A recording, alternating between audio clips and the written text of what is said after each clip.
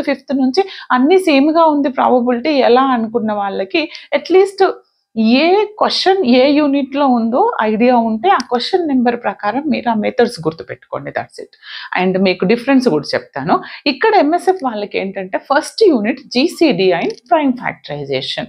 ఇందాకడ పేపర్ చూసినట్లయితే మనకి జీసీడీ మేడం నాకేమీ రాదు మేడం నేను లాస్ట్ మినిట్‌లో ఉన్నా అనుకున్న వాళ్ళకి కూడా చెప్తాను.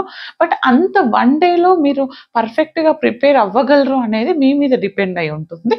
ఓకే. లాస్ట్ మినిట్‌లో చూసి నేను కాలేదు అంటే నేనేం చేయలేను. బట్ 1 ఆర్ 2 డే బ్యాటింగ్ చేసే వాళ్ళకి ఎంఎస్ఎఫ్ కావచ్చు, కాసం కావచ్చు, కోర్ సబ్జెక్ట్స్ పాస్ అవ్వడం చాలా కష్టం. కాబట్టి ప్రాక్టీస్ కంపల్సరీ. ఫస్ట్ క్వెషన్ మీకిక్కడ మనకి పార్ట్ ఏ, పార్ట్ బి ఉంటుంది కదా బేటా.